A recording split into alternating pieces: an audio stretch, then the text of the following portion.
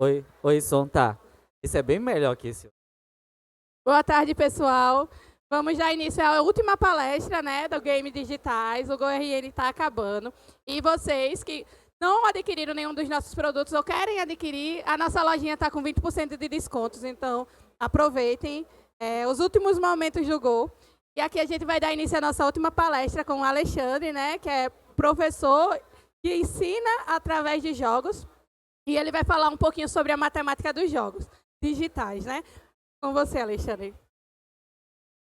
Chegamos ao último dia do GoRN. Olha, apesar do nome matemática assustar, a gente não vai estudar logaritmos não, tá? Acho que vocês vão sair com o objetivo maior desse final de tarde. Eu não ia ser louco de terminar um evento como esse, falando de matemática de uma forma extremamente chata e monótona, mas é meio que o que o Rubens acabou de fazer, de a gente conseguir enxergar para além do que está posto, ver para além do que os olhos podem ver.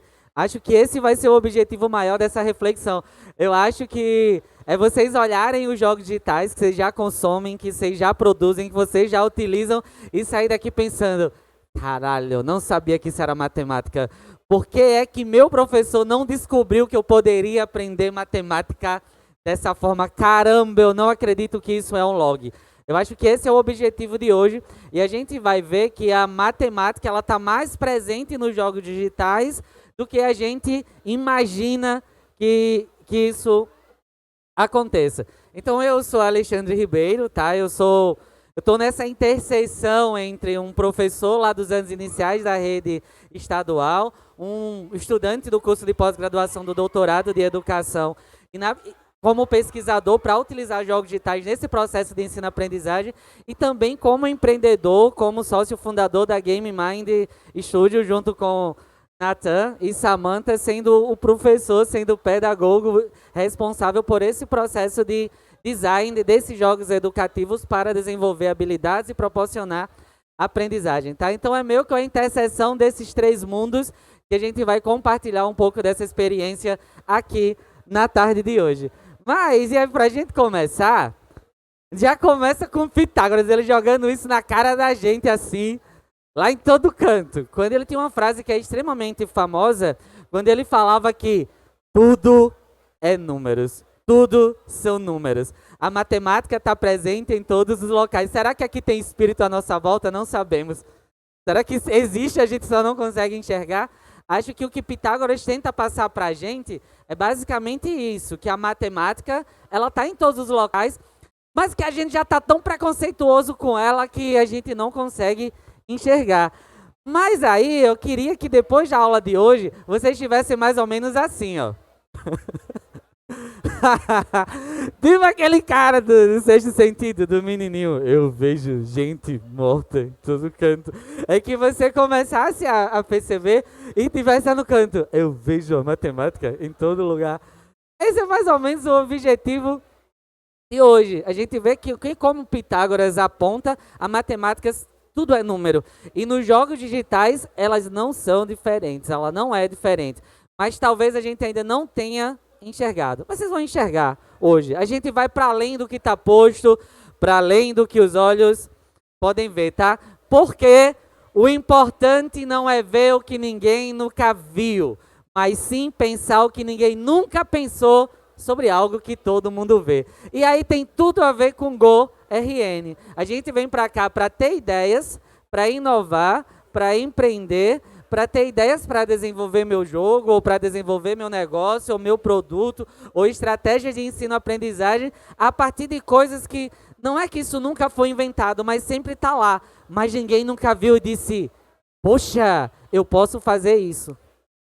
Esse é o grande pulo do gato da matemática dos jogos digitais, tá bem?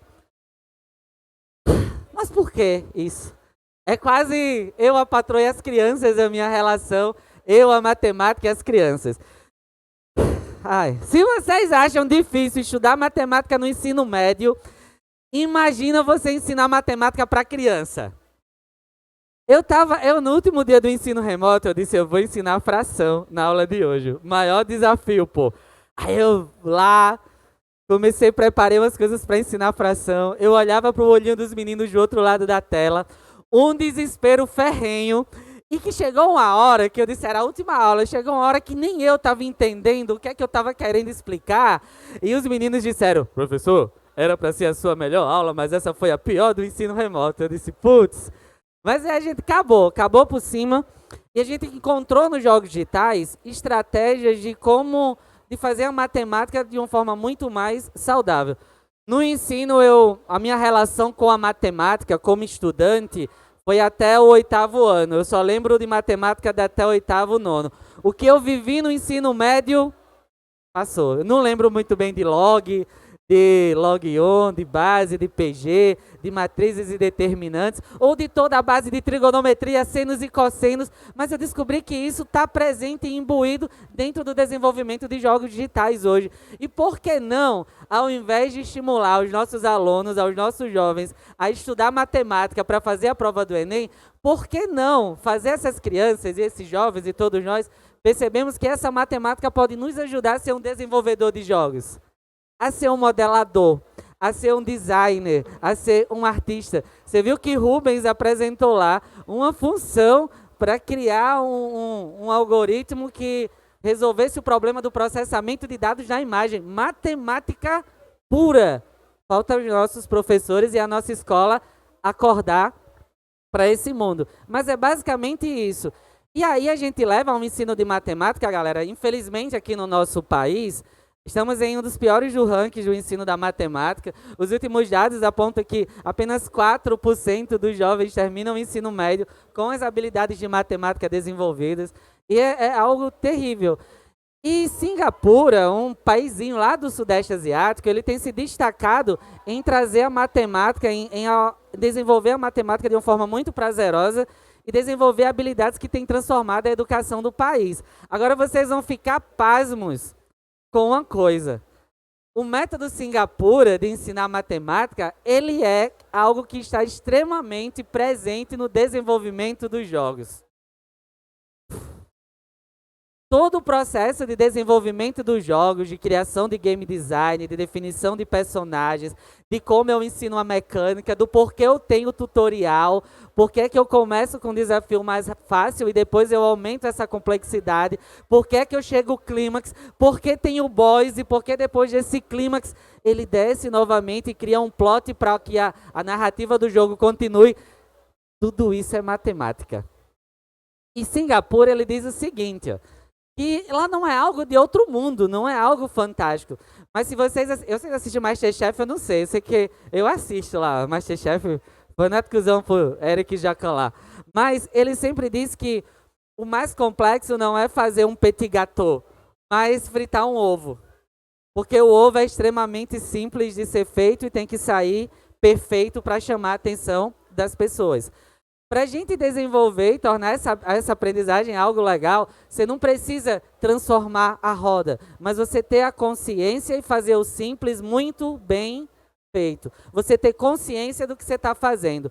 O que Rubens mostra aqui no processo artístico de criação da arte, ele tenta nos mostrar consciência, mostrar o porquê que aquela cor foi escolhida, o porquê daquela escolha do personagem, o porquê daquela textura. Aqui no ensino da matemática, ele também. Então, para começar, o que é que Singapura ele fala nesse processo de construção? Estou usando suas falas, Rubens. Sim, estou usando. Mas o que é que ele diz? É que para que a gente consiga primeiro enxergar esses padrões, a gente ainda não tem um pensamento abstrato, a gente ainda não tem um conceito com as características necessárias e suficientes para entender que um cachimbo é um cachimbo. Você primeiro começa do concreto, com esse contato com o objeto, com esse módulo. Uma vez que você tem contato com esse objeto, que você manipula esses materiais, você começa a criar uma representação mental desse fenômeno. Então, se eu pedisse para você, primeiro aí, todo mundo aí pensa numa chifurúnfula, Chaves. Ninguém ia ver uma imagem mental de uma chifurúnfula, porque isso não está posto, essa representação ainda não está aqui. E qual é a ferramenta? Aí a gente vai para um segundo passo. Essa manipulação de materiais, ela é essencial nesse período, e é assim que Singapura faz. Primeiro, ela faz essa manipulação, para só depois ela sair para um pictórico.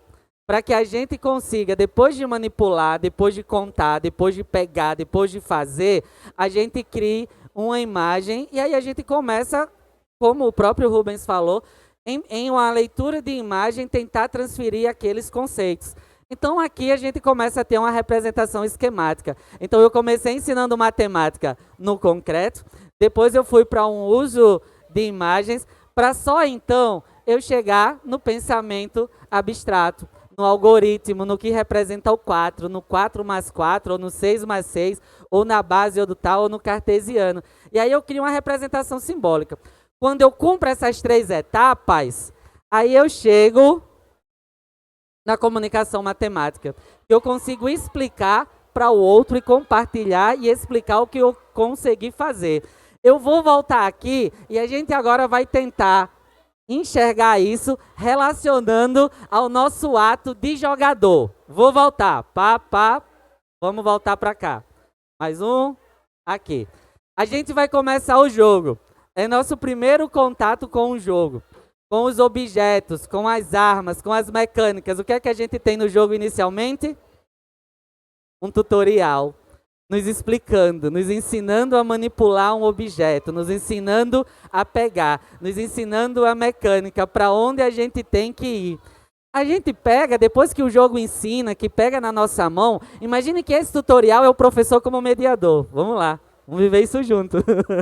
Mas aí, depois desse pedaço, depois desse momento, eu começo a representar isso mentalmente. Eu começo a identificar, depois daquele tutorial, certos padrões. Eu começo a ver um símbolo e digo, ó, isso aqui é para pegar, isso aqui é para pular. Esse ali é o símbolo do baú, é para abrir. Esse item aqui é para eu farmar e criar esse novo item.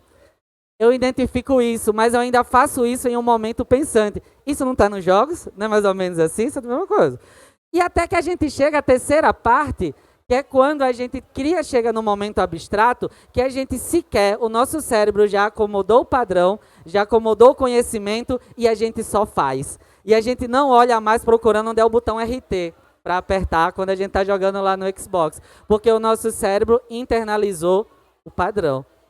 Em um último momento, a gente chega nessa mesma comunicação matemática, que é quando a gente está lá nos nossos fóruns, lá nas salas do Discord, e a gente está todo momento compartilhando como foi que a gente achou aquele easter egg lá em Elden Ring.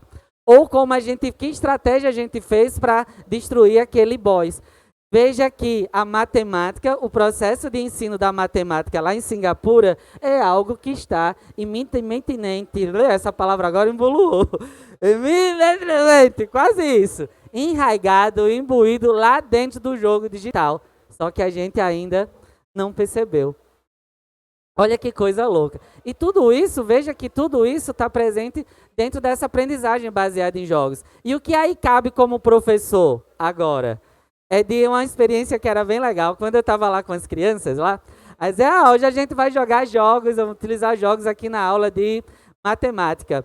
Aí eu pegava, trazia os joguinhos. E joguinhos educativos, alguns nem parecem jogos, não tem essa trajetória, não tem esse percurso. Os meninos até jogavam, mas quando terminava o jogo, o menino fazia, só terminei. Terminou? Posso jogar o meu agora? Aí ele dizia, enquanto eu estava lá com um joguinho simples, os meninos estavam querendo jogar Free Fire. Aí os meninos lá com um joguinho simples, eu passando, mas eles doidos para terminar, que era para jogar Clash Royale. Aí veio a coisa, porque aí eu continuava não sendo um professor inovador, porque eu estava novamente obrigando a galera a utilizar uma coisa que não queria. Com a aprendizagem baseada em jogos digitais, utilizando esse jogo, enxergando a matemática além do que está posto, aí a aula ficou mais divertida, mais dinâmica, porque eu comecei a pegar os jogos de entretenimento que não foram desenvolvidos para ensinar matemática, mas passei a enxergar a matemática dentro desses jogos e aproveitar essas características. Os jogos já estão aí, estão postos, o mercado já desenvolveu, a criançada joga. Por que eu vou deixar isso fora da minha sala de aula? Tá bem? E uma coisa que funciona bastante dentro desses jogos é porque, sem perceber, a gente está a todo momento utilizando a modelagem matemática. Que molesta é isso? É você pegar as situações reais do seu dia a dia, coisas que você vive, e transformam isso em desafios dentro do jogo. Basicamente, as mecânicas, elas são representações da nossa ação humana aqui nesse mundo físico. O que a todo momento a gente está pegando essas mecânicas e levando para o mundo digital. Esse processo é o que a gente chama de modelagem matemática. Então, se você não gosta de matemática, mas se você joga, você está usando matemática. Se você não gosta de matemática na escola, mas se você está desenvolvendo jogos, você está, inclusive, como professor, utilizando uma estratégia do ensino da matemática nesse seu processo de desenvolvimento. A gente só precisa ter essa consciência. E a gente vai para um ponto, né? Consiste na ciência de transformar situações, realidades em problemas matemáticos. E aí a gente chega. Porque no momento em que a gente percebe isso, aí a gente começa a fazer igual o carinha do sexto sentido. Eu vejo a matemática em todo lugar. E aí a gente vai lá, é quase um Wall-E aqui. Onde está o Wall-E? Aí a gente vai para o ponto. Onde está a matemática? No Minecraft. A matemática no Minecraft está nas formas, está nas cores, está nas mecânicas, está no número de... Imagina só, eu quero ensinar a minha criança a contar. Aí eu fico lá, 1, 2, 2, 3, 3, 4, 4, a criança repete. Imagina que você diga à criança que ela precisa construir um determinado material para fazer um ambiente. Ela já, do nada, ela já está lá nos dedos lá. O que é isso que você está fazendo? Não, eu estou vendo aqui a quantidade de blocos que eu preciso pegar para construir isso daqui. Aqui no nosso ambiente a gente tem matemática. A gente tem matemática na forma, a gente tem matemática nas cores, no local que você está sentado. Se de repente eu pego esse quadrado aqui, que tem características e formo 4, eu posso fazer com que as crianças percebam a matemática nesse ambiente. Além disso daqui, você tem outras habilidades essenciais nesse desenvolvimento de habilidades matemáticas. Eu tinha crianças, olha só, isso transborda na nossa vida também. Exemplo, se você até hoje não encontrou um jogo que te atraiu, é porque talvez precise que você desenvolva esse jogo. Mas o que é que a matemática ela nos ensina? Que problema nos faz pensar, ela nos leva a agir. Mas quando essas habilidades de resolver problemas, de estratégia, de raciocínio, de pensamento abstrato, de enxergar o lógico não são colocadas em prática, a gente cria uma sociedade onde as pessoas só reclamam. E nada mais. Então veja, você tem uma criança na escola. Eu passei lá, a gente está fazendo atividade. 1 hora depois a criança está desse jeito. E aí, como professor, você chega perto e pergunta, por que você não fez a tarefa? Ela fez, porque eu não tenho lápis. Se ela tivesse desenvolvido as habilidades matemáticas, se ela jogasse, eu não tenho lápis, quais as opções que eu tenho na escola? Eu posso pedir ao meu colega do lado, eu posso pedir na professora da outra sala, eu posso pedir o professor, eu posso pedir a coordenação, a direção, porque eu terei atitude para resolver um problema. E quem é que nos leva a todo momento a querer resolver problema? O chefe, os boys, os jogos. Quando a gente não consegue aquele mistério, a gente vai no YouTube, a gente vai em todo local. Mas aí a gente tem um segundo caso. E aqui, está claro a matemática? Cartinha de Clash Royale. Além de desenvolver habilidades de matemática, aqui tem matemática. Eu estou querendo que os meninos entendam o que é sucessor e antecessor, o que é maior ou menor. Como é que eu posso fazer isso? Eu vou jogar a bruxa sombria aqui contra a Valquíria. Quem é que vai ganhar? Como é que eu sei? Eu tenho que estimular o uso da leitura, mas ele também tem que entender o que é 285. Se ele vai comparar o dano da bruxa sombria com o dano que é dado pela Valquíria, e se esse número aqui for maior que esse, ele vai entender que ele tem probabilidades de vencer a Valquíria. E pum! Está aí a matemática. E aqui tem inferências também. Eu poderia até ir para o laudo de português e dizer assim, galera, como será? Por que a bruxa virou sombria? Por que ela tem morcegos? Se a gente abre isso, o que a gente mais tem em blog são fanfics e histórias produzidas por mentes criativas, tentando explicar a origem da bruxa sombria. E onde é que isso entra na escola? Não entra.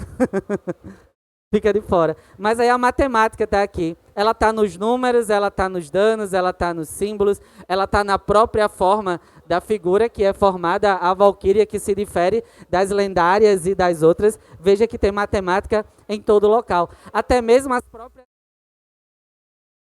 Mas vai...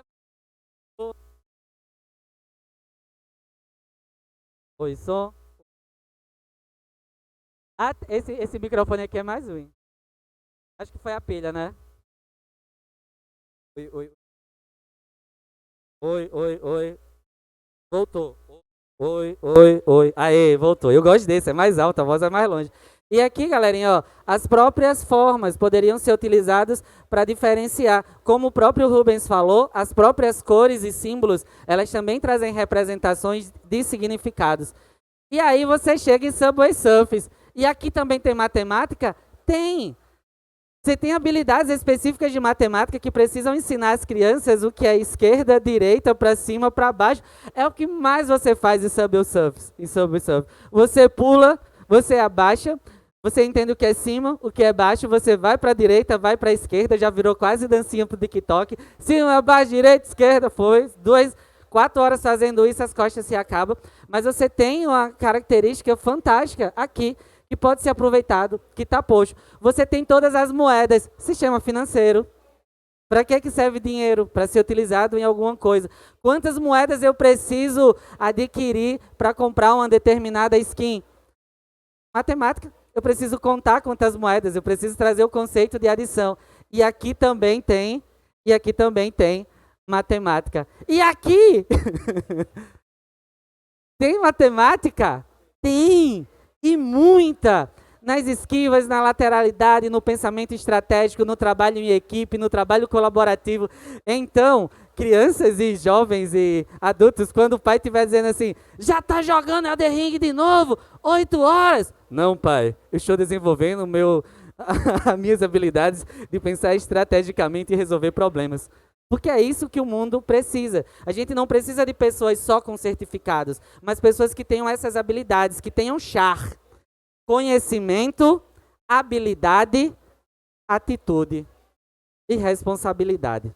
Porque se você tem o conhecimento, mas não tem habilidade, para esse nosso mundo, não vale. Se você tem a habilidade, mas você não tem a atitude de fazer, também não vale. Mas se você tem o conhecimento, a habilidade e a atitude, mas não tem a responsabilidade de utilizar isso para fazer uma coisa boa no mundo, aí também não vale. Tá bem? Então aqui você tem todos os itens que você precisa coletar, as estratégias que você precisa combinar, o conhecimento em equipe que você precisa fazer, tudo isso é matemática. Isso aqui eu não preciso nem dizer, né? Plano cartesiano, aqui no mapa de Free Fire, toda a comunicação de orientação que você precisa dizer para, olha, tá 30 graus a noroeste, tá 30 graus a sudeste, vai lá, sudeste. Não vai! Puxa, volta, vamos tentar novamente. Até aqui, você perdeu a equipe, você perdeu a batalha, mas o erro não foi uma punição, você não ficou reprovado, foi uma aprendizagem, foi uma tentativa de conversar com o outro, aprender com o outro, e aí a gente pensar a forma de finalmente vencer aquela equipe fechada que toda vez nos acaba. E aqui, tá lá a matemática, e veja como ela todo o tempo é injustiçada. Esse, ou próprios puzzles de Monument Valley, que foi todo produzido, orquestrado, pensando na geometria. E o mais interessante, gente, é que todas as pessoas fizeram isso. Mas talvez se fosse perguntar a todo mundo aqui, eles iam dizer, eu nunca gostei de matemática. Mas eles têm matemática em todos os produtos que eles foram desenvolvidos. E aqui você tem um professor que você pode pegar tudo isso e levar à sala. E aí a cabeça explode. Porque quantos mais? Aqui nós vimos 8 casos, mas quantos mais jogos não existem que você poderia pegar essa matemática dos jogos e levar para a sua escola? E aí mais uma dica, porque se o seu professor não conhece isso, leva para ele, dá dica, orienta, diz que tal a gente ir por aqui? E se a gente for assim, tá bem? E porque além de tudo isso, aí você tem toda uma beleza matemática escondida no desenvolvimento dos jogos. no código, no algoritmo, nos padrões, nas formas, na modelagem do Blender, em todo o processo de utilização e combinação de cores. Existe toda uma beleza matemática aí por trás, doida para que os nossos olhos enxerguem e a gente pare de falar que a matemática ela é cruel. A gente da Game Mind busca justamente esse equilíbrio. A gente busca desenvolver o nosso produto, ele vai chegar no mercado nos próximos períodos, mas que desafio esse povo louco fez? Tentar juntar tudo isso que a gente tinha presente nos jogos comerciais para um jogo educativo, para um jogo que ajude a desenvolver essas habilidades. Porque como a Arlete fala, ela diz assim, ó, no jogo se aprende mesmo quando essa não é a atenção. Tudo isso só foi possível por causa de um fenômeno chamado de aprendizagem tangencial. Algo que a gente aprende sem perceber que está aprendendo. Exemplo disso, bem corriqueiro. Um aluno meu chamado Pedro estava lá na salinha de aula, lá no 4º ano. Aí a diretora chegou, viu a mão de Pedro, e Pedro disse assim, a diretora disse a Pedro, Pedro, que unha grande e suja, tá feio. Aí ele pegou, fez assim, não tá suja não e não tá feio não, tá igual a do professor. Aí eu olhei a minha, tava horrorosa, tava grande, a gente tinha terra, tá fazendo a horta. Mas olha a mensagem que a gente tá passando. A gente está ensinando para alguém, mesmo sem essa não ser a nossa intenção. Isso acontece muito com jogos. A gente aprende mesmo quando essa não é a intenção, por causa da aprendizagem tangencial que está acontecendo por trás. Porque o que a gente tem, infelizmente, às vezes na matemática, em jogos de ensino, é isso daqui. Que parece nada mais que uma prova feita em papel, mas que feita em atividade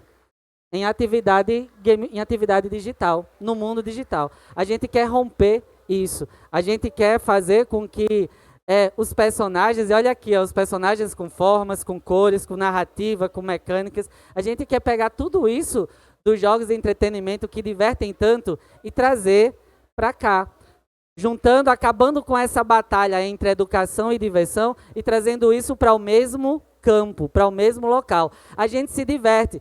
E nos jogos, gente, a gente ri, a gente chora, a gente tem raiva, a gente se diverte, a gente se frustra, mas também a gente comemora, a gente trabalha em equipe, a gente trabalha sozinho, a gente se comunica, a gente se tranca. E todas essas habilidades são essenciais nesse mundo que a gente vive, tá bem? Sabe, tudo isso, acho que o mais nos motiva, além de tentar ficar milionário, mas a gente não vai, a gente ainda está na luta, mas é que o que nos motiva é transformar a vida dos outros, transformar a educação, fazer com que vários outros jovens e crianças tenham acesso a tudo isso que a gente está vivendo, ao mesmo tempo em que a gente transforma a nossa própria vida. Porque como a gente aprende nos jogos, só reclamar não vai resolver. A gente tem que desenvolver as habilidades matemáticas e utilizar o problema como uma motivação, o problema como uma inspiração, que nos leve a agir. E se vocês jogam, parabéns. Vocês estão estudando matemática mais do que muitas crianças que passam o dia trancado nos livros, dentro dos quartos, trancadas dentro dos quartos, fazendo exercícios que não fazem sentido. Por isso, os jogos digitais são extremamente essenciais para esse processo. Porque esse é nosso lema, e espero que esse seja o lema de toda essa comunidade que utiliza os jogos digitais e que estão aqui buscando sentido. É como diz a grande filósofa Angela Davis, não aceito mais as coisas que não posso mudar. Estou mudando as coisas que não posso aceitar. Se a educação é chata, então vamos lá mudar ela através dos jogos digitais. E é isso. Muito obrigado por me ouvir no GoRN. E a gente se encontra por aí, nas salas de jogos, nos Discord, nas redes sociais, para a gente levar essa diversão e ajudar a transformar vidas através de jogos digitais, tá bem? Muito obrigado a todos, meus amores.